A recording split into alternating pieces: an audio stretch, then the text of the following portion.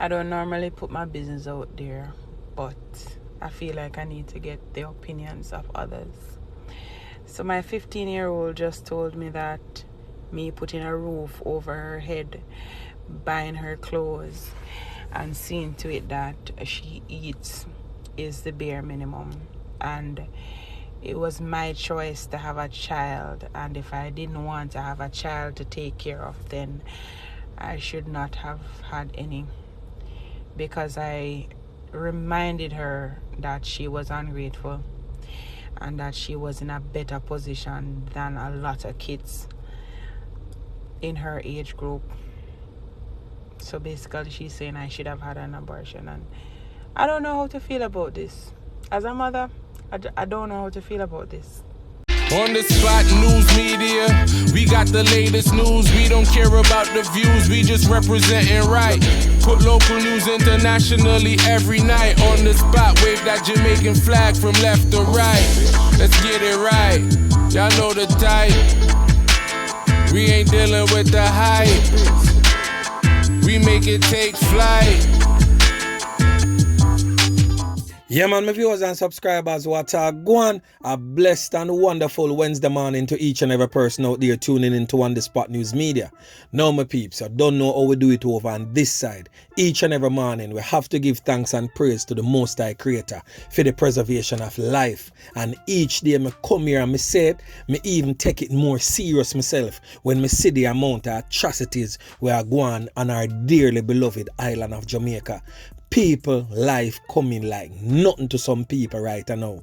Every day you get up and you watch the YouTube, you read the news tabloids at the same all, just a different person at a different location. Whether you're young or you're old, whether you're sick or you're lame or you're healthy, it not really matter. The man them just a slap with people left, right and center. So we have to give thanks and praise to the Most High Creator for the preservation of life in these trying times. So now my peeps, this morning I have two stories to share with you by two parents. And when you can see parents come out and speak in such a manner, pleading not only to the government but to the regular members of John Public and to the old dirty corner boy them for cease and desist what they're doing. These two parents are parents who has lost their loved ones. One is the father of the slain Sheldon Martin, that a knockings and clappings were going, that went viral right at Tower Avenue, there's a Tower Hill area, there's in a Waterhouse. Yeah, man, you must remember the viral video you look on the screen. So the father of the young man will lose him 3 pints to the hands of the old dirty corner boy them. Come out to speak, and me not gonna say much because me want to hear it from the father's mouth. And then of course we're gonna hear from the father of the slain teacher that lose fair life tragically to the hands of the old dirty corner boy them yesterday right in front of our school gate where she was a teacher in the Sandybank district. Yeah, man, may I tell you, that was a rough one. That was a very big pill for everybody swallow. And of course, the police them hold on one of the main suspect. And guess what? On the Spot News Media have a picture for the old dirty corner boy. Yeah, man. Some members of John Public can look upon him and know him. And guess what? We need members of John Public help you now to find his accomplice, because the two of them well plan and execute to take the woman life, because they were posing right at the school gate pretending as if they're fixing a broken down motorcycle, and as the woman has stepped through the school gate alone can to her skin, we get to understand see over 17 can the boy them planting at the little woman body. Look on this little female, which part of fear little body can take all a 17 can. Is a wicked set of boy them. Me sorry say the police then walk him out and never just chalk him out and call it a day. Yeah, man, me I tell you. So my peeps, listen to this CVM exclusive with the father of Sheldon Martin, and then of course a Gleaner exclusive with the father of Chanel Smith. Listen. I shared with him that I have a suit that I will wear to his funeral. I told him, if you don't listen, you're going to die. The father of a man who was gunned down in a viral video on social media, John Martin, is admitting his son was no saint. Martin says his son Sheldon Martin, otherwise known as Luther, was involved in criminal activities. He says he constantly warned him to withdraw from that lifestyle, but he didn't listen. I truly believe my son is just as evil as the killers who come to kill him. Yeah, that's plainly how I want to put it. He is just as these men, heartless. Martin says although his son is not innocent, he believes his murder is in relation to an ongoing war between Tower Hill and Cockburn Pen. My son lives in Tower Hill. He has friends there, and the whalers don't like these men. So these men just go out there one another like puss and dog. They don't matter what they do and how they do it. They just want to know people are dead and blood is running. He says the two communities have been battling for as long as he can remember. He suspects his son was killed by men from the opposing community. He says he too was involved in violent activities in his earlier years. The now pastor is encouraging people to lead a life free of crime. Now, my peeps, you see parents like these who can openly admit to their offspring's wrongdoings. Trust me, my peeps, hats off to your daddy. And the fact that you can openly say, you yourself did involve in a whole heap of wrongdoing in your younger years, but you convert, change your life, and I try to spread a good message. You even spoke to your own son on several occasions to cease and desist from them dirty corner boy lifestyle. But he did not listen, hence his demise. Many would say that the chip no fly far from the block, but you are a converted felon. Yeah man, you have been fully rehabilitated and you decide so you go spread the message of love, and you tried your utmost best to help your son to turn away from his wicked ways, but he was hell-bent and sticking to that lifestyle. Probably a lifestyle that he got from you in your earlier days, or he learned through looking on what you were doing or how you were living.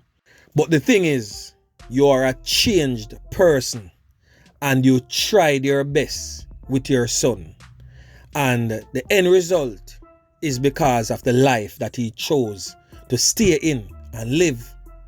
So you live by it, you get taken out by it. And that is just that. And if more parents were brave enough to come out and say, yo, my son never innocent, trust me, it would make things way easier for a lot of people. So anyway, we are going to talk to the father of the slain teacher, Chanel Smith. Really sad, boy, may I tell you, because when a father lose a daughter in such a way, may I tell you, and a nothing bossy. So the father who is mourning the infant school teacher, his name is Vernon Smith, and he is seeking justice for the cold-blooded manner in which his daughter's life was taken. Mr. Smith blames the Jamaican justice system for this and other tragedies. The young teacher was attacked, as I say, right at the Sandy Bank infant school compound about 7:40 a.m. in front of every pitney, and all of the teacher them were heading to school. Boy, may I tell you, my peeps, and I'm not normal that. For you as a young child, sit to old dirty corner boy, slap with your teacher, bare face. So anyway, my peeps, I want to listen to this interview and drop some comments in the comment section provided below. This morning, the last thing she said to me, Daddy, pass me school shoes. She not even said Daddy, she said that. Pass me school shoes, you know. Right? I just imagine when she feel the first shot this morning, she must have said to herself, Daddy kill me now. Almighty God, is this real?